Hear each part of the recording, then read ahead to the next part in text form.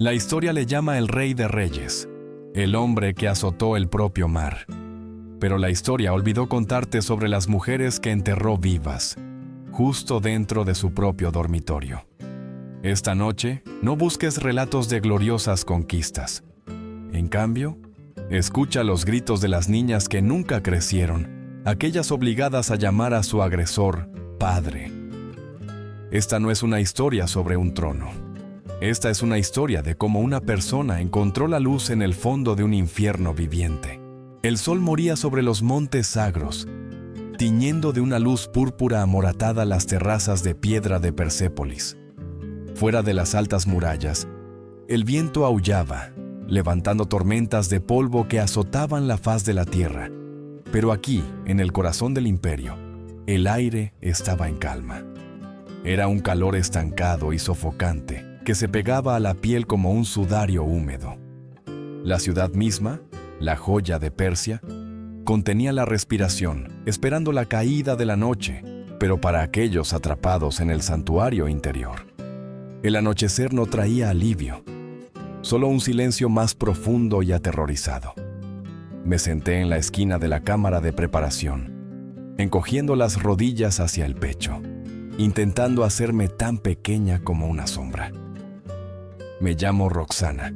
Tengo 14 años, con los ojos oscuros y profundos de la estirpe aqueménida, y manos que han aprendido el arte de la invisibilidad.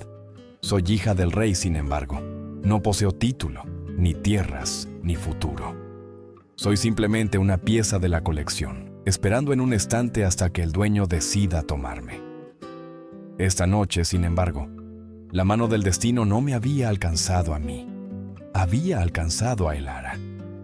Elara estaba de pie en el centro de la habitación, completamente desnuda, temblando a pesar del calor opresivo de los braseros. Tenía mi misma edad, quizás un mes menos, con la piel del color de la almendra pálida y un cabello que solía caer como un río de tinta. Ahora, ese cabello estaba siendo estirado y recogido por las sirvientas. Elara parecía menos un ser humano y más una muñeca de porcelana que se había caído y vuelto a pegar. Frágil, vacía y aterrorizada. 2 sirvientas la rodeaban. Eran mujeres mayores, con los rostros surcados por las profundas líneas de una vida entera de servidumbre silenciosa. No hablaban, no miraban a Elara a los ojos. Una de ellas sumergió sus manos en un cuenco de aceite caliente. El aroma a mirra y rosa intensa me llegó al instante. Un perfume empalagoso y dulce, usado para enmascarar el olor de cuerpos sin lavar, o en este lugar, el olor a sudor frío y agrio. Observé las manos de la sirvienta. Estaban temblorosas. El aceite brillaba en los hombros de Elara, pero ella no se inmutó. Se había retirado hasta algún lugar profundo dentro de sí misma, sus ojos fijos en un punto del suelo de mármol. Quise gritarle, decirle que corriera, pero no había dónde correr. Las pesadas puertas de cedro estaban cerradas con barras. Arriba la barbilla, susurró una voz desde las sombras cerca de la entrada. Era Mitrídates, un eunuco subalterno asignado a la vigilancia nocturna del harén. Era una criatura de carne blanda y ojos duros, moviéndose con la gracia silenciosa y depredadora de un gato. Vestía las finas vestiduras de la corte, pero su presencia era fría, desprovista de cualquier calidez o piedad. Golpeó un bastón largo y delgado contra su palma. Elara levantó la barbilla. Una sola lágrima escapó, trazando una línea limpia a través del aceite en su mejilla. La sirvienta la limpió rápidamente, su propio miedo palpable. Presentar un regalo lloroso al rey era invitar a la muerte. «Está lista», susurró la sirvienta con la voz apenas audible. Mitrídates asintió. No ofreció una palabra de consuelo. Simplemente abrió la puerta. La oscuridad del corredor más allá parecía tragarse la luz de la habitación. Elara dio un paso adelante, con las piernas rígidas, caminando como una prisionera hacia el patíbulo. Cuando la puerta se cerró con un clic, el silencio que regresó a la habitación fue lo suficientemente pesado como para aplastar huesos. No podía respirar. El olor a rosas me estaba provocando náuseas. Necesitaba aire. Necesitaba estar en cualquier sitio menos aquí. Esperé hasta que las sirvientas empezaron a limpiar los cuencos, distraídas por su propio alivio al haber terminado su tarea. Me escabullí por el pasaje de los sirvientes, moviéndome descalza sobre la fría piedra. Conocía la disposición del harén mejor que los arquitectos que lo construyeron. Conocía los puntos ciegos donde los ojos de los eunucos no llegaban. Me encontré en el antiguo hammam, una sección del palacio que había caído en desuso años atrás, cuando se construyeron los nuevos y más grandes baños para las esposas. Aquí, el aire estaba húmedo y olía a moho y jabón antiguo. Los azulejos estaban agrietados, y la única luz venía de un conducto alto y estrecho cerca del techo. Me deslicé contra la pared, la piedra áspera mordiéndome la espalda. Finalmente, el dique se rompió. Me apreté las manos sobre la boca para ahogar los sollozos que sacudían mi cuerpo. Llorar era peligroso. El sonido era peligroso. Pero la imagen de los ojos muertos de Elara me perseguía. Mi mano rozó la pared mientras lloraba, mis dedos rascando el mortero húmedo. Sentí que algo se movía. Una piedra suelta cerca del suelo, justo detrás del lavabo. Era una costumbre mía, un tic nervioso. El de picotear cosas, hilos sueltos. Pintura descascarillada, piedras sueltas. Clavé mis uñas y solté el ladrillo. Solo había tenido la intención de encontrar un hueco para esconder una pequeña piedra pulida que había encontrado en el jardín, un diminuto trozo de rebelión. Pero el espacio no estaba vacío. Mis dedos rozaron algo suave. Tela. Lo saqué. Era un fardo de lino áspero, manchado de marrón y rígido por el tiempo. Mi corazón golpeaba contra mis costillas como un pájaro atrapado. Lo desenvolví lentamente. Dentro había una horquilla de plata. Dejé de respirar. La horquilla tenía forma de pavo real, con sus plumas de la cola incrustadas con pequeñas piedras de lapislázuli. Conocía esta horquilla. Había cepillado el cabello que sostenía 1000 veces. Pertenecía a Atosa, mi hermana mayor. Atosa, que había desaparecido hacía un mes. Los eunucos nos habían dicho que había sido elegida para un gran honor. Casada en secreto con un sátrapa en las provincias del norte, para asegurar una alianza leal. Dijeron que se había marchado por la noche, llorando de alegría. Miré la tela en mi mano. Las manchas marrones no eran barro, eran cobre y hierro. Eran sangre seca. La mentira se desveló en mis manos. No hubo matrimonio, no hubo viaje al norte. Atosa nunca había abandonado el palacio. Había sido llevada a la cámara del rey, igual que Elara, y le había disgustado. Y entonces había sido borrada. Apreté la horquilla ensangrentada contra mi pecho, la plata fría mordiéndome la piel. Las lágrimas se detuvieron al instante, reemplazadas por un escalofrío que comenzó en mi médula. El harén no era un hogar, era un matadero envuelto en seda, y yo era solo otro cordero esperando el cuchillo del carnicero. El sol de la mañana no traía calor a la sala del silencio, solo traía la luz necesaria para que los eunucos vieran nuestros errores. Estábamos arrodilladas en el suelo de caliza. Éramos 20, una hilera de cabezas inclinadas y espinas dorsales temblorosas. Habíamos estado aquí desde el último cambio de guardia, horas antes del amanecer. Mis rodillas ya no eran parte de mi cuerpo. Eran nudos gritones de fuego y hielo, rozando la piedra implacable. Pero no me moví. Moverse era invitar al bastón. El aire en la sala era frío, deliberadamente. Nos mantenía despiertas, nos mantenía atentas. Desfilando ante nosotras estaba Aspamitres. Era el eunuco principal, el guardián de las llaves del rey y de los secretos del rey. Era un hombre alto, anormalmente alto, con extremidades que parecían demasiado largas para su torso.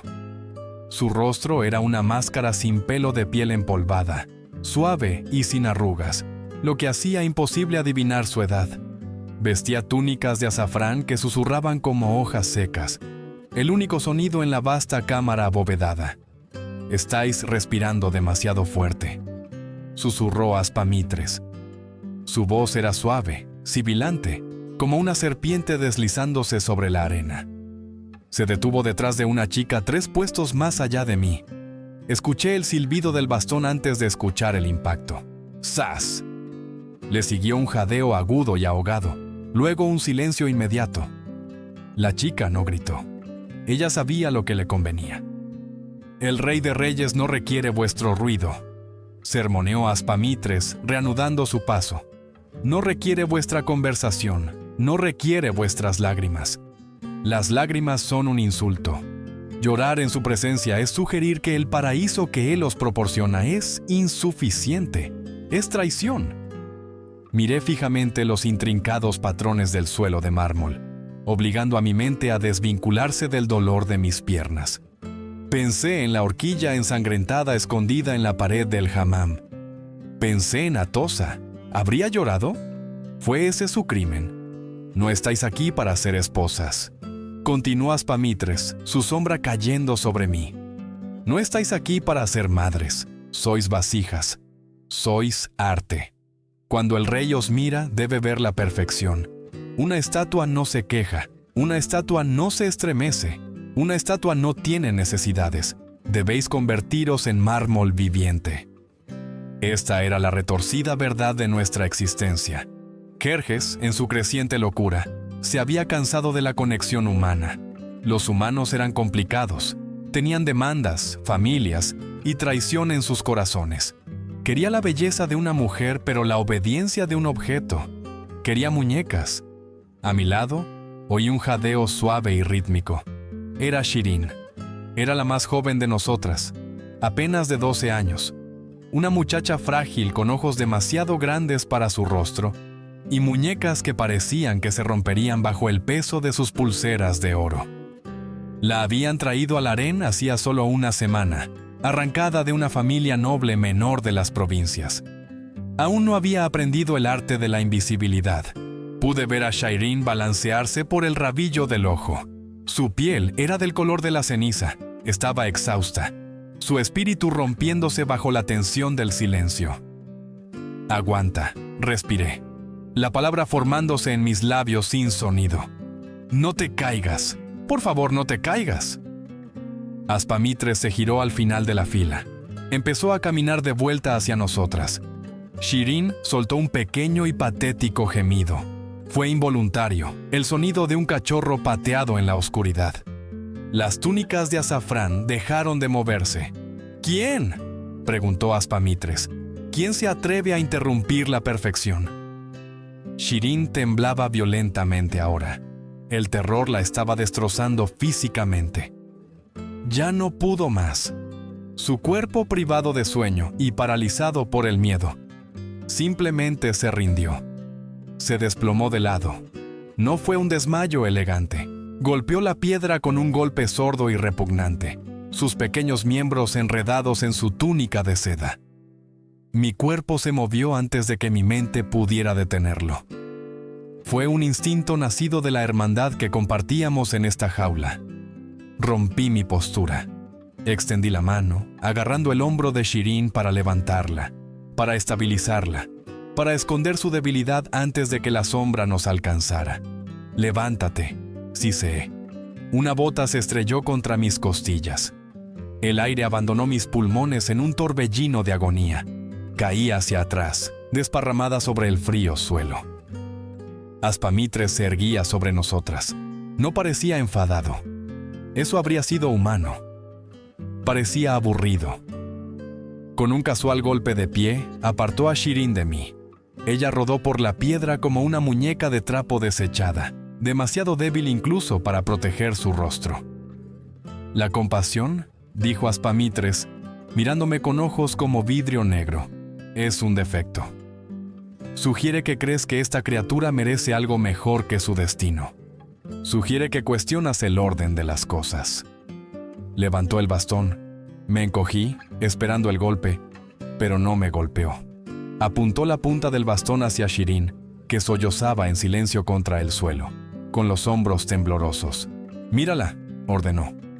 «Está rota. El rey no tiene utilidad para las cosas rotas. Y tú, Roxana, intentaste arreglarla. ¿Crees que puedes salvarla?» Se inclinó, su rostro a centímetros del mío. Pude oler la menta en su aliento, enmascarando el hedor de sus dientes. Ni siquiera puedes salvarte a ti misma. Vuelve a tus rodillas. Quise arrancarle los ojos. Quise gritar que era un monstruo, que éramos de carne y hueso, no de piedra. Pero la imagen de la horquilla ensangrentada apareció en mi mente. La rebelión era la muerte. La supervivencia era la única venganza. Lenta, agónicamente, me levanté. Mis costillas palpitaban con cada latido. Enderecé la espalda. Fijé mis ojos en la pared. Volví a la posición de la estatua. «Bien», murmuró Aspamitres, enderezándose. «Quizás aún hay esperanza para ti». Hizo una señal a 2 guardias que estaban junto a la puerta.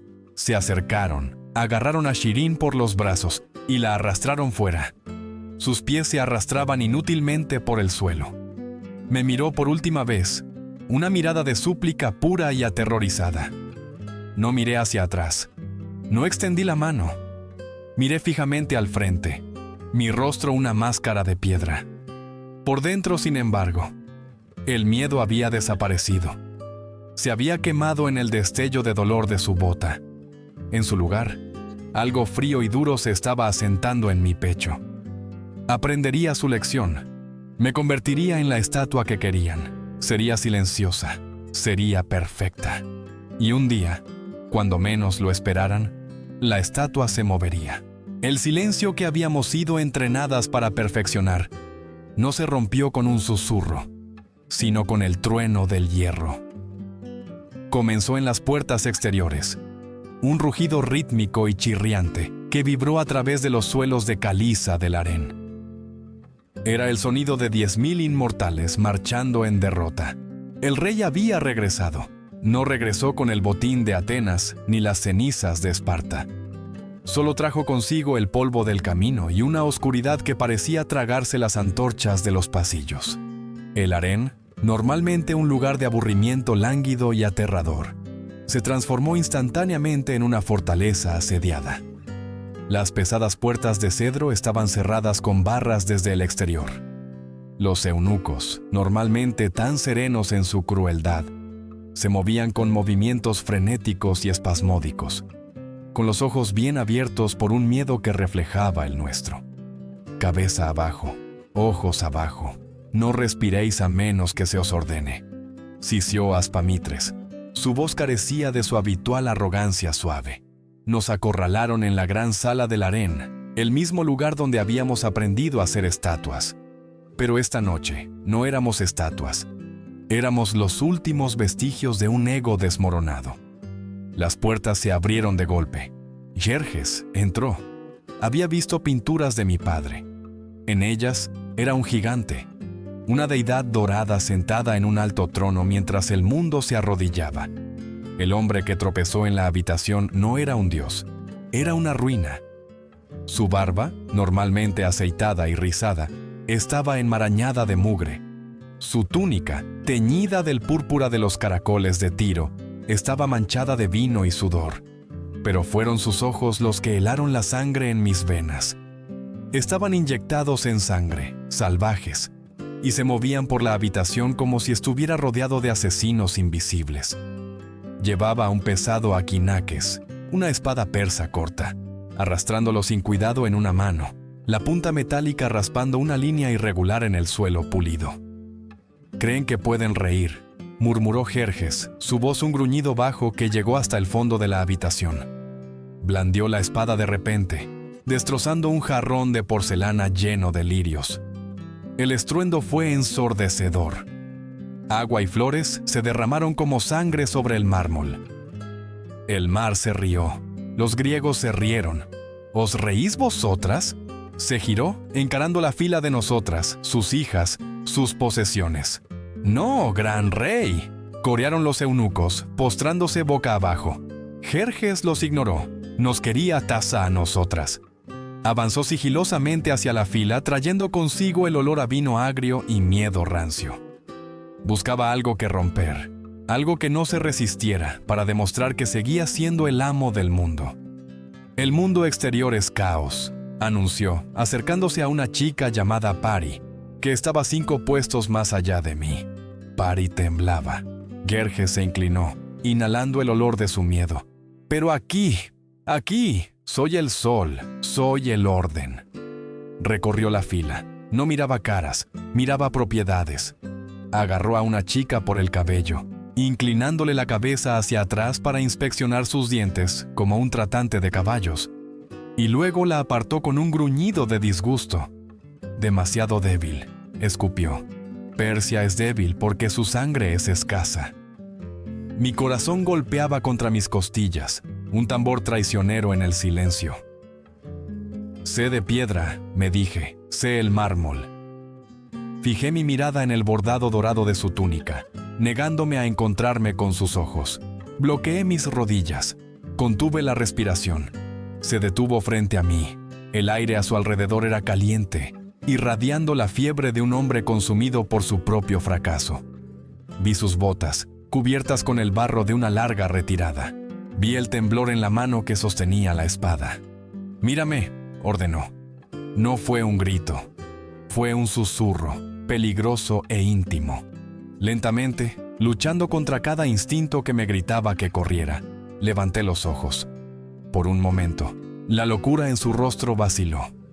Me miró fijamente y vi un destello de reconocimiento. No de un padre reconociendo a un hijo, sino de un hombre reconociendo un espejo. «Tú», exhaló. La espada se alzó. El frío acero se presionó contra la suave piel debajo de mi barbilla. Era afilada, aterradoramente afilada. Sentí la mordedura del metal, una línea de calor punzante mientras una sola gota de sangre brotaba y goteaba por mi cuello. No parpadeé. No me inmuté. Sostuve su mirada con la fijeza muerta y vacía que había perfeccionado en el suelo de rodillas. Gerges se inclinó más, sus pupilas dilatadas. No veía a Roxana. Se veía a sí mismo, la arrogancia, el desafío, la oscuridad que había transmitido a través de su sangre. Vio lo que más odiaba, su propio reflejo mirándole, juzgándole. «Esta», susurró, una sonrisa retorcida curvando sus labios. «Estos ojos se parecen demasiado a los míos». Presionó la hoja con más fuerza, lo justo para que el miedo probara la sangre, pero no lo suficiente para matar. «Todavía no». «Veo el fuego ahí dentro», dijo, su voz temblando con una mezcla de aversión y fascinación. «Y el fuego debe ser controlado, o debe ser extinguido». Retiró la espada abruptamente, limpiando mi sangre en su manga. Se volvió hacia Aspamitres, que aún estaba postrado en el suelo. «Quédate con esta», ladró Gerges, apuntándome con la hoja ensangrentada. «Cree que es de hierro. Veremos si se derrite». Se giró y salió furioso de la sala, dejando el jarrón destrozado y el olor a terror a su paso. Cuando las pesadas puertas se cerraron de golpe, sellándonos de nuevo en la oscuridad, me llevé una mano a la garganta. Mis dedos se mancharon de rojo. Ya no era solo un fantasma en el harén. Había sido vista, y ser vista por el monstruo era lo más peligroso de todo. La llamada no llegó al amanecer, cuando la esperanza es frágil, ni al mediodía, cuando el sol es sincero. Llegó a la hora del lobo, ese filo sangrante del crepúsculo, cuando el día ha muerto pero la noche aún no ha tomado por completo su trono. Habían pasado 3 días desde que el rey me había marcado con su espada. 3 días de espera en un silencio tan denso que parecía ahogarse. Cuando la pesada puerta de cedro de nuestros aposentos finalmente se abrió con un gemido, no necesité levantar la vista para saber quién estaba allí. No era Mitrídates. Eran un par de guardias mudos, con los rostros cubiertos por velos negros, flanqueados por Casandana, mi madre. Casandana era una mujer cuya belleza había sido erosionada por 14 años de miedo, como un acantilado azotado por el mar. Su cabello, antes del color de los cuervos, estaba salpicado de mechones prematuramente grises. Estaba en la puerta con el pecho agitado, los ojos grandes y húmedos. No miraba a los guardias, me miraba a mí. «No», susurró. Era una palabra que había perdido el derecho a pronunciar hacía años. No está lista, es una niña. Uno de los guardias dio un paso adelante, apartando a Casandana con la indiferencia insensible que uno podría mostrar a un perro callejero. Ella tropezó, golpeándose el hombro contra el marco de la puerta, pero no cayó. Se abalanzó sobre mí, sus dedos agarrando mi brazo con una fuerza nacida de pura desesperación. «¡Corre, Roxana!», siseó, aunque no había dónde correr. «No dejes que te lleven». Los guardias no hablaron, simplemente nos separaron. No fue una lucha, fue un desgarro. Fui arrastrada al pasillo, y mi madre fue arrojada de vuelta a la oscuridad de nuestra habitación. Lo último que oí fue el sonido del cerrojo deslizándose, encerrándola. Luego vino el golpeteo, puño contra madera. Un sordo y rítmico golpear acompañado de un lamento que subía y bajaba, desgarrando el educado silencio del harén. Toc, toc, toc. Mientras me llevaban por el pasillo hacia las cámaras de preparación, el golpeteo se hizo más débil. No se detuvo porque ella se rindiera. Se detuvo porque las paredes de piedra del palacio se tragaron su dolor. El silencio que siguió fue peor que los gritos. Era el silencio de una tumba. Me llevaron a la cámara de baño, pero este no era el ritual suave y perfumado que había visto soportar a Elara. Esto era un borrado. Las sirvientas eran diferentes esta vez, más rudas, eficientes, frías. Me arrancaron la túnica del cuerpo y me empujaron a una palangana de agua hirviendo. Jadeé, el calor mordiéndome la piel, pero unas manos me sujetaron, me frotaron. Usaron esponjas que parecían papel de lija, restregando mi piel hasta que ardió en carne viva y roja. No me estaban limpiando, estaban tratando de borrar la suciedad de mi humanidad. Querían lavar a Roxana, la niña que se escondía en los baños y coleccionaba cosas rotas, y dejar atrás solo una vasija digna de un dios. Me ungieron, no con el dulce aroma a rosa de las demás, sino con algo más almizclado, más pesado, ámbar y algalia. Era un aroma que se pegaba a la garganta, animalístico y empalagoso. Luego vinieron las cadenas. No me vistieron con las sedas fluidas de una princesa. En su lugar, trajeron una bandeja de oro. Era un entramado de finas cadenas doradas, unidas con pequeños rubíes que parecían gotas de sangre fresca. «Quédate quieta», ordenó una sirvienta. Colocaron el oro sobre mi desnudez. El metal estaba frío contra mi piel febril. Se enroscó alrededor de mi cuello, cruzó mis senos y rodeó mi cintura. Era hermoso, innegablemente, pero al cerrar los broches, sentí su peso. Estos no eran adornos, eran grilletes forjados por maestros joyeros. Me estaban atando en oro, un sacrificio envuelto en la riqueza del imperio que nunca heredaría. Cuando me movía, las cadenas tintineaban suavemente, un sonido delicado y musical que anunciaba mi cautiverio con cada paso. El camino hacia la cámara del rey fue un viaje a través de una pesadilla. Los pasillos estaban vacíos. Sin embargo, sentí 100 ojos sobre mí. Detrás del entramado de cada puerta que pasaba, sabía que las otras mujeres escuchaban. Oyeron el tintineo de mis cadenas de oro y contuvieron la respiración. No había solidaridad en el harén, solo alivio. Mejor ella que yo. El pensamiento flotaba en el aire, denso y venenoso. Su silencio era cómplice. Era el sonido de la supervivencia. Llegamos a las grandes puertas dobles de la cámara real. 2 inmortales montaban guardia, con sus lanzas cruzadas. Las descruzaron a mi paso, no por respeto, sino por protocolo. Aspamitres estaba allí, esperando en las sombras. Me miró de arriba abajo, sus ojos negros desprovistos de cualquier cosa que se pareciera a un alma. «Recuerda», susurró, su voz como hojas secas, «eres mármol. Si te rompes, mueres». Las puertas fueron abiertas. Crucé el umbral. Las puertas se cerraron de golpe detrás de mí con una finalidad que resonó en mis huesos. Estaba sola. La habitación era vasta, una caverna de sombras y seda. El aire estaba denso con el olor a cera de abejas y vino rancio. No había ventanas, solo altos conductos que no dejaban entrar luz. La única iluminación provenía de un grupo de gruesas velas, ardiendo en una mesa baja cerca de la cama. Las llamas parpadearon con la corriente, proyectando sombras largas y danzarinas contra la pared del fondo. Y allí, proyectada sobre la piedra por la luz de las velas, había una sombra que se extendía hasta el techo. Era vasta, distorsionada, monstruosa. Era la silueta de un hombre sentado en el borde de la cama, con la cabeza inclinada, los hombros encorvados bajo el peso de un cielo invisible. La sombra se movió. El hombre se levantó. Gerges se giró para mirarme. No llevaba su corona. Estaba desnudo de cintura para arriba, con el pecho marcado por viejas batallas, sus ojos pozos oscuros en la penumbra. Parecía más pequeño que su sombra, pero infinitamente más aterrador.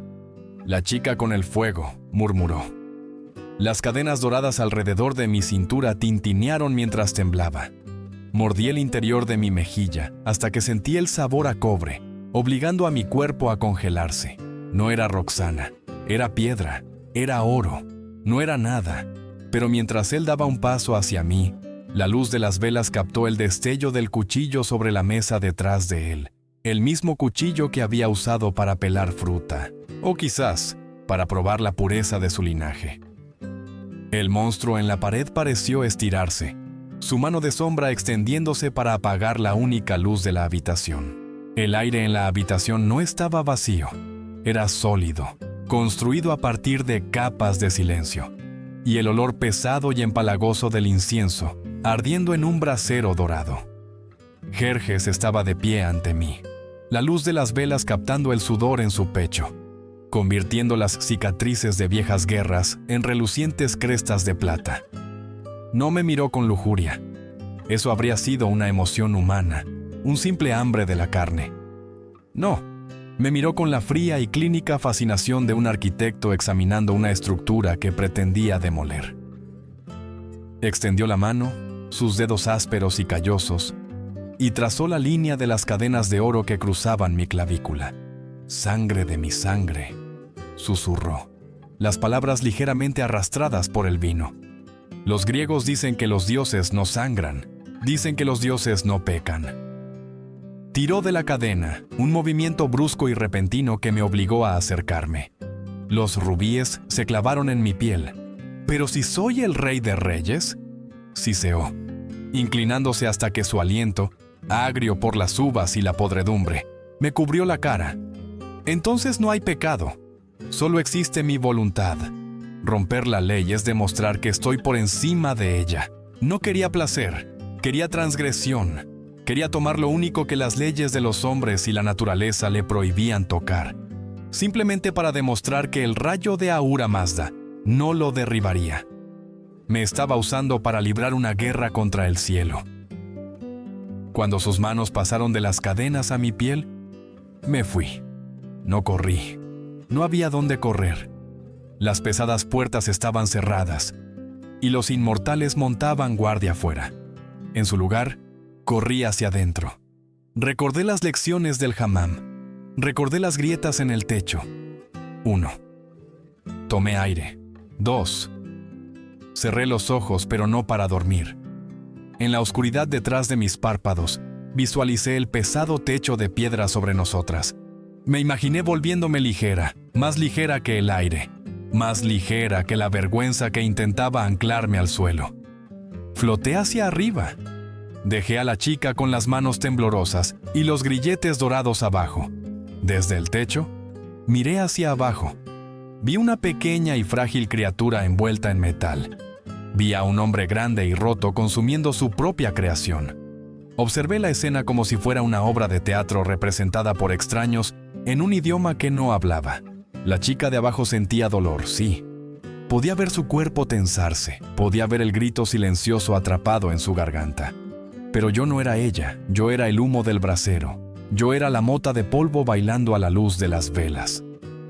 3. Inhalar. 4. Exhalar. Conté los ritmos de la existencia para mantener a raya la locura. El dolor era distante, un punzante sordo que pertenecía a otra persona. Jerjes murmuró cosas al oído de la chica de abajo, blasfemias, alardes, divagaciones incoherentes sobre el mar y el fuego. Pero las palabras se disolvieron antes de llegar al techo. El tiempo perdió su forma. Pudo haber sido minutos, pudo haber sido una eternidad.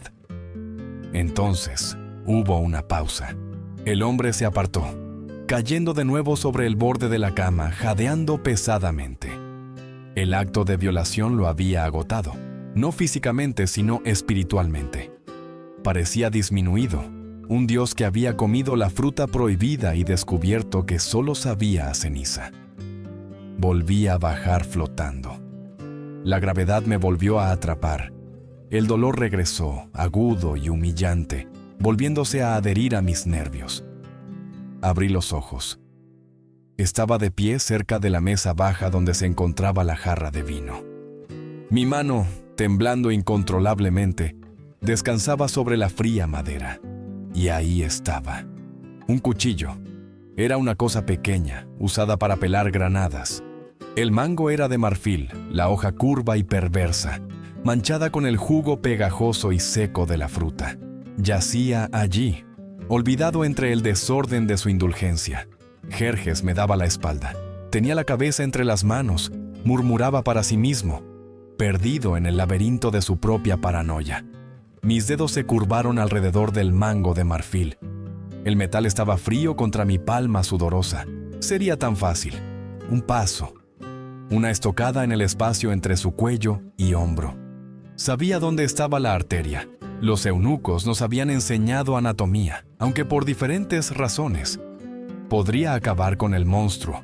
Podría acabar con la guerra contra el cielo. O podría girar la hoja hacia mí. Un corte rápido en mi propia muñeca, y la vergüenza se escurriría sobre las alfombras persas. Sería libre. Estaría con Atosa. Apreté el cuchillo hasta que mis nudillos se pusieron blancos. La rabia subió en mí como bilis, caliente y ácida. Quería verlo sangrar. Quería ver la expresión en sus ojos cuando la estatua finalmente se moviera. Di un paso adelante, las cadenas de oro tintinearon. Jerjes no lo oyó, estaba demasiado oído. Pero en ese silencio, otro sonido resonó en mi memoria. Toc, toc, toc. El sonido de mi madre golpeando la puerta. Si lo mataba, los inmortales irrumpirían. No solo me matarían a mí, destrozarían el harén, sacarían a Casandana de su habitación y la desollarían viva por criar a una traidora. Si me suicidaba, la dejaba sola en este infierno. La dejaba preguntándose, por el resto de su miserable vida, ¿qué había pasado detrás de estas puertas? La imagen del cabello canoso de mi madre y sus ojos aterrorizados me paralizó. Mi muerte sería mi escape, pero sería su sentencia. Mi mano tembló. La hoja flotaba a centímetros de la posibilidad de la libertad. Miré al hombre que se hacía llamar Dios. Era patético, estaba vacío. Matarlo le concedería una muerte que no merecía, una muerte trágica. Y matarme a mí misma le daría exactamente lo que quería. Otra cosa rota que desechar. Lenta, agónicamente, solté mis dedos. El cuchillo cayó con un ruido metálico sobre la mesa. El sonido fue agudo, como un cristal rompiéndose. Jerjes levantó la cabeza, girándose lentamente para mirarme. Sus ojos estaban vidriosos, desenfocados. No se dio cuenta de lo cerca que la muerte acababa de rozar su cuello.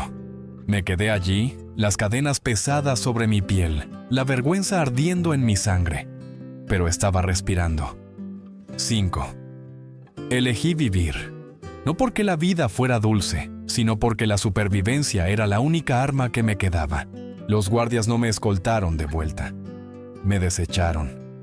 La pesada puerta de cedro de la cámara de confinamiento fue descorrida y me empujaron dentro con la fuerza descuidada que se usa para un saco de grano estropeado.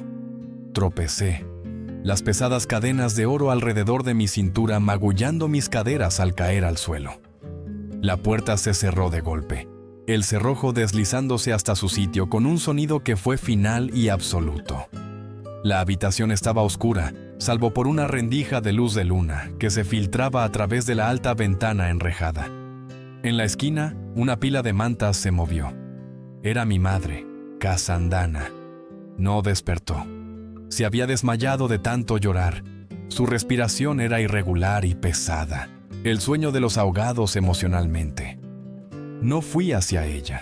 No podía permitir que me tocara. Me sentía cubierta por una capa de baba invisible, una contaminación que ninguna agua podía lavar. El aceite de almizcle que las sirvientas me habían frotado en la piel ahora olía a flores podridas. Era tóxica. Me arrastré hasta la esquina opuesta de la habitación, cerca del lavabo. La jarra de piedra que normalmente contenía agua había sido derribada en la lucha anterior, su panza destrozada contra la pared. Recogí un trozo de cerámica. Era curvo, irregular y lo suficientemente afilado como para atravesar la decepción de vivir. Me senté con la espalda contra la fría pared de piedra, el trozo presionando la suave piel de mi muñeca. En la cámara del rey, había soltado el cuchillo porque temía por la vida de mi madre. Pero aquí, en la oscuridad, la lógica se retorció. Si me desangraba en silencio, si simplemente me dormía y nunca despertaba, quizás pensarían que era una enfermedad, quizás la perdonarían. Presioné el borde de arcilla. Una gota de sangre, oscura como el vino, brotó. Era lo único en mí que se sentía limpio. Un poco más profundo, susurró la oscuridad. Solo un poco más profundo. Y las cadenas se soltarán. Recosté mi cabeza cerrando los ojos, esperando el valor para dar el corte final. Mi oído presionado contra el suelo de caliza. Y entonces, el suelo habló. Comenzó como un murmullo, una vibración que viajaba a través de los huesos del palacio. Persépolis era una maravilla de la ingeniería, una ciudad construida sobre secretos. Bajo los suelos pulidos yacía un laberinto de tuberías de arcilla y canales de piedra diseñados para transportar agua y vapor, calentando los baños reales y enfriando las bodegas. Estas venas huecas convertían el palacio en un gigante oído susurrante. Estaba sentada directamente sobre uno de los conductos de ventilación conectados a la casa de baños real, el santuario privado situado justo debajo del ala este del harén. «Locura», resonó una voz a través de la piedra. Era hueca, metálica, distorsionada por las tuberías, pero clara. «No es locura, es divinidad», respondió una segunda voz, suave y aterrorizada. Conocía esa voz. Era Aspamitres, el gran eunuco. Cree que se está convirtiendo en Ahura Mazda mismo. Se está convirtiendo en un lastre, interrumpió la primera voz, aguda y brutal. Me quedé helada. El trozo en mi mano flotaba sobre mi muñeca. Apreté más mi oído contra la fría piedra, conteniendo la respiración. El ejército está inquieto, Aspamitres. No les han pagado en 3 lunas. Los almacenes de grano en Babilonia están vacíos. ¿Y él? Se gasta el tesoro construyendo una puerta a ninguna parte y profanando su propia sangre. Ahora reconocí al segundo orador. Era Artabano. Lo había visto solo de lejos, durante los grandes desfiles. Era el capitán de la Guardia Real, el Hazarapatish. Era un hombre tallado en roble y cuero viejo, con hombros anchos que soportaban el peso del ejército y un rostro marcado por las lanzas griegas. Era la sombra del rey, su protector, el único hombre al que se le permitía llevar un arma en presencia de Jerjes. Hoy amenazó con ejecutar a los sátrapas del este, continuó Artabano, su voz vibrando a través de las tablas del suelo. Dice que están conspirando contra él. Mañana podría decir que soy yo, o tú. No podemos tocarlo, gimoteó Aspamitres. Los inmortales me responden a mí, gruñó Artabano. El rey es un hombre, los hombres sangran, los hombres mueren. Y cuando un perro se vuelve rabioso, no intentas razonar con él, lo sacrificas. El silencio que siguió fue más pesado que las paredes de piedra. ¿Cuándo?, preguntó Aspamitres, su voz apenas un suspiro. Esta noche, dijo Artabano. Cuando la luna llegue al cenit, estará cansado, estará solo. Tú tienes la llave de la cámara interior. Sí. Pues úsala. Deja la puerta sin asegurar. Yo me encargaré del resto. Las voces se desvanecieron mientras los pasos se alejaban, presumiblemente abandonando el hammam. Me senté allí, paralizada. El trozo de cerámica se me resbaló de los dedos y cayó al suelo con un estruendo. La gota de sangre en mi muñeca había empezado a secarse, una pequeña costra oscura. La miré. Iban a matarlo. La revelación me golpeó con la fuerza de un impacto físico. El monstruo no era un dios, no era una fuerza de la naturaleza, era solo un hombre tan roto y aterrador que hasta sus propios perros se preparaban para arrancarle la garganta. Esta noche, miré la herida irregular en mi muñeca. Era superficial, un arañazo. Si moría ahora, moría esclava, moría víctima de un hombre que sería un cadáver antes de que saliera el sol. No, susurré. La palabra sonó extraña en mi boca. No era una súplica, era una orden. Arranqué una tira de tela del dobladillo de mi túnica arruinada. Mis manos, que segundos antes habían estado temblando con el deseo de la muerte, ahora estaban firmes con un propósito nuevo y feroz. Enrollé la tela alrededor de mi muñeca, apretándola, deteniendo el flujo de sangre. El odio que había sido una piedra fría y pesada en mi estómago de repente se encendió. Ya no era la rabia caliente y caótica de una niña. Era frío, era calculador. Jerjes iba a morir. Pero si Artabano y Aspamitres tenían éxito, el palacio se convertiría en un matadero. Purgarían el harén para eliminar a cualquier testigo, a cualquier heredero, a cualquier cabo suelto. Mi madre y yo éramos cabos sueltos. Me arrastré de vuelta a la esquina donde Casandana dormía. Le toqué el hombro, suavemente esta vez. «Despierta», susurré en la oscuridad. Ya no era la chica que quería abandonar su cuerpo. Era Roxana. Conocía los secretos de las paredes, conocía la disposición de las tuberías, y por primera vez en mi vida sabía algo que los hombres poderosos de fuera no sabían. Sabía que su tiempo también se estaba agotando. El silencio de Persépolis no se rompió, se hizo añicos. Ocurrió exactamente como las voces en el suelo habían prometido, a la hora en que la luna colgaba como una guadaña sobre los montes sagros. Estaba despierta, mi espalda presionada contra la fría piedra de la celda, contando los latidos de la noche. A mi lado, mi madre, Casandana, dormía el sueño inquieto de los condenados. Entonces llegó el grito. No era un grito de mujer, era un grito de hombre, un sonido gutural y húmedo que se ahogó en un gorgoteo. Le siguió el inconfundible choque de bronce contra bronce, el pesado golpe de cuerpos cayendo al suelo y el rugido de muchas voces alzadas con ira. El golpe había comenzado. ¿Roxana? Mi madre se incorporó bruscamente, con los ojos abiertos y ciegos en la oscuridad. ¿Qué es eso? ¿Es el rey? El rey ha terminado, dije con voz firme. Sentí una extraña calma asentarse sobre mí, fría y dura como el trozo de cerámica que había sostenido antes. Levántate, madre, nos vamos. No esperé a que discutiera. La agarré del brazo, tirando de ella para que se pusiera de pie. Era ligera, demasiado ligera, consumida por años de terror. Pateé la puerta.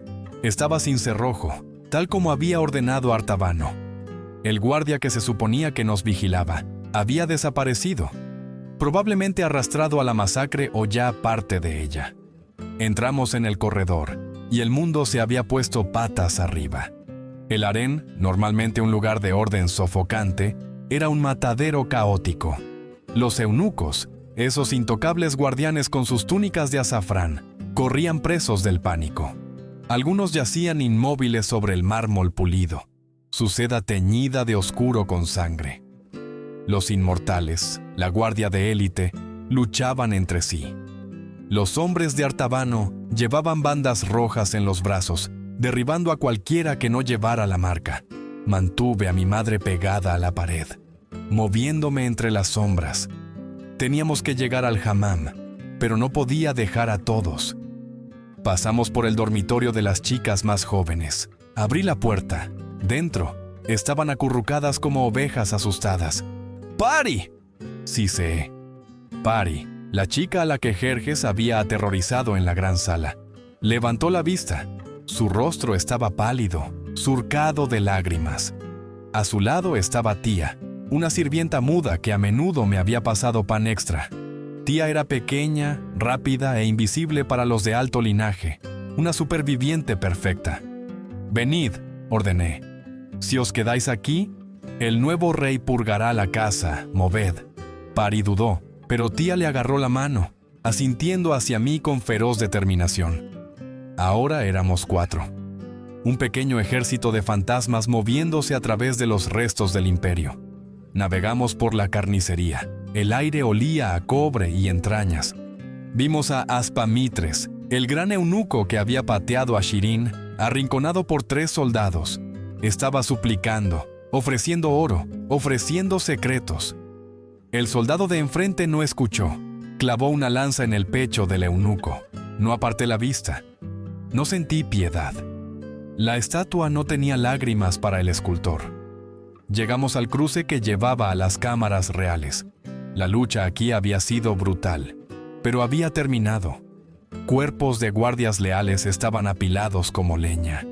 Las grandes puertas dobles del dormitorio del rey, la habitación donde casi había perdido mi alma, estaban de par en par. Me detuve. «Roxana, no», susurró mi madre tirando de mi mano. «No mires». Pero tenía que mirar. Entré en el umbral. Las velas seguían ardiendo, proyectando su luz indiferente sobre la escena.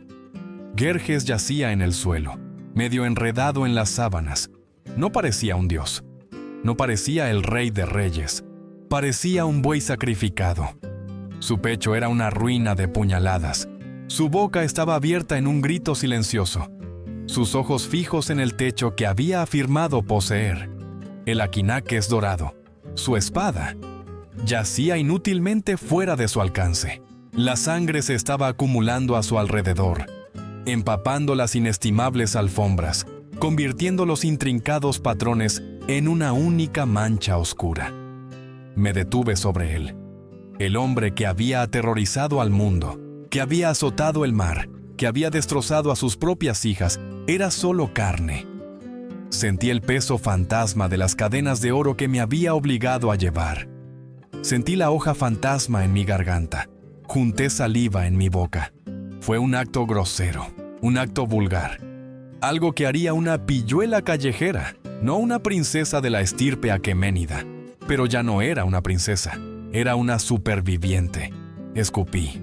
El escupitajo aterrizó en el suelo de mármol, justo al lado de su mano que se enfriaba. Fue mi despedida, fue mi juicio. «Era solo un hombre», susurré, «y moriste como un perro». «¡Roxana!». Tía me hizo una señal frenética desde el pasillo. Se acercaban pasos, botas pesadas y blindadas. La segunda oleada de la purga se acercaba. Le di la espalda a mi padre, al rey, al cadáver. «Al hammam», dije, mi voz cortando el pánico de mis compañeras. «A los conductos, vamos a bajar». Corrimos. No miramos atrás al oro, ni a la seda, ni a los muertos. Corrimos hacia la húmeda y oscura promesa de las alcantarillas, dejando que el palacio de luz ardiera en sus propios pecados. La garganta del palacio nos tragó enteras. Descendimos a las entrañas de Persépolis a través de una rejilla de mantenimiento escondida detrás de las calderas del hammam. El aire aquí no olía a agua de rosas ni a miedo. Olía a podredumbre antigua, a tierra húmeda y a los desechos de 1000 reyes. Era el olor de la verdad. «Cuidado», susurré, agarrando la mano de mi madre. Casandana temblaba, sus finas zapatillas de seda resbalaban inútilmente sobre las piedras lisas y cubiertas de musgo. «No te sueltes». Estábamos gateando por el sistema de drenaje, las venas ocultas del imperio diseñadas para llevarse la inmundicia para que la gente hermosa de arriba pudiera fingir que no existía. Ahora éramos la inmundicia. El túnel era estrecho, un tubo sofocante de oscuridad que parecía oprimirme el pecho. Tía, la sirvienta muda, tomó la delantera. Se movía con la agilidad de una rata, sus pequeñas manos tanteando las paredes en busca de guía. Pari la siguió, su respiración saliendo en jadeos cortos y aterrorizados. ¡Mi vestido!, gimoteó Pari, la costosa tela enganchándose en una raíz irregular que sobresalía del techo. «Está arruinado». «Bien, si se de vuelta. Que se pudra. No lo vamos a llevar a donde vamos». Caminamos con dificultad a través de un lodo que nos llegaba a las rodillas. Era espeso y frío, una mezcla inmunda de barro y desechos. A medida que avanzábamos, el fango salpicaba sobre nosotras, cubriendo nuestra piel, nuestro cabello y las odiadas joyas que aún llevaba. Miré las cadenas doradas que cruzaban mi pecho, las que Jerjes había usado para atarme. Estaban cubiertas de una baba marrón. Los rubíes estaban opacos, indistinguibles de guijarros. El oro ya no brillaba. En la oscuridad de la alcantarilla, la riqueza del rey no valía nada. El barro era el gran ecualizador. Borraba el aceite del harén, borraba el olor del monstruo. «¡No puedo!», jadeó mi madre tropezando. Cayó de rodillas en el agua sollozando. «Roxana, no puedo respirar. Está demasiado oscuro». Me detuve. La levanté, mis manos agarrando sus hombros. Mis dedos dejaron manchas de barro en su rostro, pintura de guerra para una batalla que no había elegido. «Sobreviviste a 14 años de su silencio», le dije, mi voz feroz y baja. «No morirás en su alcantarilla. Estamos saliendo de su tumba, madre. Paso a paso». Me miró. En la penumbra ya no vio a una niña. Vio el hierro que había sido forjado en el fuego de la locura del rey. Asintió, limpiándose la cara con una mano embarrada, y se puso de pie. Seguimos adelante. El tiempo se disolvió.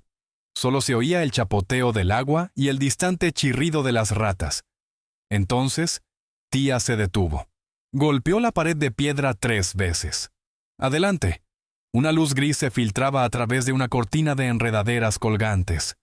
Una ráfaga de aire golpeó mi cara. No el aire estancado de los túneles, sino algo agudo, frío y dolorosamente fresco. La salida. Era un desagüe pluvial que desembocaba en el lecho de un río seco fuera de las murallas occidentales, lejos de las puertas principales donde se estaba llevando a cabo la masacre. La rejilla de hierro que lo cubría estaba oxidada, corroída por años de abandono. «¡Empujad!», ordené. Juntas, empujamos con todo nuestro peso contra el hierro. Gimió, protestando la perturbación.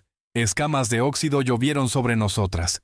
Con un último y agonizante chirrido de metal, cedió, abriéndose hacia afuera. Caímos al suelo rocoso, tosiendo y jadeando. Rodé sobre mi espalda, mi pecho agitado. Encima de mí, el cielo ya no era negro. Era de un púrpura amoratado, sangrando en un suave oro pálido en el horizonte. Los montes sagros montaban guardia silenciosa mientras el sol comenzaba a coronar sus cimas. El viento mordía mi piel mojada, pero se sentía como una caricia. Era el primer aliento de aire que tomaba en mi vida que no pertenecía a Jerjes. Me incorporé. Miré a las demás. Estábamos irreconocibles. Éramos monstruos de barro y limo, despojadas de belleza, despojadas de dignidad. Pero estábamos vivas. Alargué la mano hacia el broche de las cadenas doradas en mi cuello. Mis dedos, resbaladizos por el barro, forcejearon con el cierre. Finalmente, hizo clic. Me quité el pesado entramado de oro y rubíes de mi cuerpo. Hizo un sonido húmedo y pesado al lanzarlo sobre las rocas. «Déjalo», le dije a Pari, que miraba las joyas. «Ese es el precio de la entrada al infierno. No vamos a volver». Nos levantamos, 4 mujeres hechas de tierra, y caminamos hacia el sol naciente. Detrás de nosotras, el humo del palacio en llamas comenzó a elevarse, un pilar negro lamentando a un dios muerto. 10 años después. El mar Egeo era una lámina de turquesa martillada, extendiéndose hasta tocar el cielo. El aire aquí, en la isla de Naxos, olía a sal y tomillo silvestre. Era un olor limpio. Me senté en un banco de madera bajo la sombra de un olivo. con un rollo de papiro extendido sobre mi regazo. Mis manos estaban manchadas de tinta, no de barro. ¿Así, mamá? Una niña pequeña, no mayor de 10 años, me miró. Tenía el cabello salvaje y rizado, y ojos que guardaban la chispa del océano. Casi el hará, dije suavemente, guiando su mano. La letra alfa debe erguirse alta, es el principio. La nombré en honor a la amiga que no pude salvar. La nombré para que la niña que murió en el harén viviera en la luz del sol. El ara volvió a su escritura con la lengua asomando por la concentración. La observé. Una oleada feroz de amor me oprimió el pecho. Ella no sabía nada de cadenas de oro. No sabía nada del silencio. Solo conocía el sonido de las olas y la voz de su madre leyéndole historias de héroes que luchaban contra monstruos. Miré mi muñeca izquierda. La cicatriz seguía allí. Una fina línea blanca donde casi lo había terminado todo en la oscuridad. Pero el sol había bronceado mi piel y la línea se había desvanecido, fusionándose con la historia de mi cuerpo. Ya no era una herida, era un mapa. Mostraba dónde había estado y demostraba que me había ido. «¿Mamá?», preguntó el ara haciendo una pausa. «¿Quién es el rey en la historia?». Sonreí. Era una sonrisa genuina, una que me llegaba a los ojos. «El rey es solo una sombra pequeña», le dije, mojando mi pluma en la tinta. «Y las sombras desaparecen cuando enciendes la luz». Miré el mar, la vasta y abierta extensión de agua que me separaba de las cenizas de Persépolis. No era una princesa, no era una víctima. Era la autora de mi propia vida. Y la página era finalmente mía para escribir. La historia a menudo recuerda a los reyes que construyeron los muros, pero olvida a los supervivientes que los escalaron. El viaje de Roxana nos enseña una poderosa verdad sobre nuestras propias vidas diarias. Puede que no vivamos en un palacio de oro o nos enfrentemos a un tirano con una espada, pero todos llevamos cadenas. Estas cadenas pueden ser el trauma de nuestro pasado, el miedo al futuro o el silencio que guardamos para sobrevivir a relaciones difíciles o entornos tóxicos. Gerges tenía poder absoluto, sin embargo, murió prisionero de su propia locura. Roxana no tenía nada, sin embargo, encontró la libertad en el barro de una alcantarilla. Esto nos recuerda que el verdadero poder no proviene de controlar a los demás, proviene de dominarse a uno mismo. No importa cuán oscura se sienta tu situación, no importa cuán pesadas sean tus cadenas, posees la fuerza para romperlas. No te defines por lo que te ha sucedido. Te defines por cómo eliges reescribir tu final. Si la valentía de Roxana te ha conmovido hoy, por favor, pulsa el botón de me gusta para honrar su memoria. Comparte este vídeo con alguien que necesite recordar su propia fuerza interior, para que las historias de los olvidados nunca más sean silenciadas. Y si quieres unirte a nosotros para descubrir las verdades oscuras que la historia intenta ocultar, por favor, suscríbete a nuestro canal y activa las notificaciones. Rezo para que, estés donde estés ahora mismo, se te conceda el coraje para alejarte de las cosas que te hacen daño. Que Dios te bendiga con la fuerza para romper cada cadena que te retiene, y que Él te guíe fuera de la oscuridad y hacia tu propio y hermoso amanecer. Si crees que la luz siempre vencerá a la oscuridad, escribe amén en los comentarios de abajo.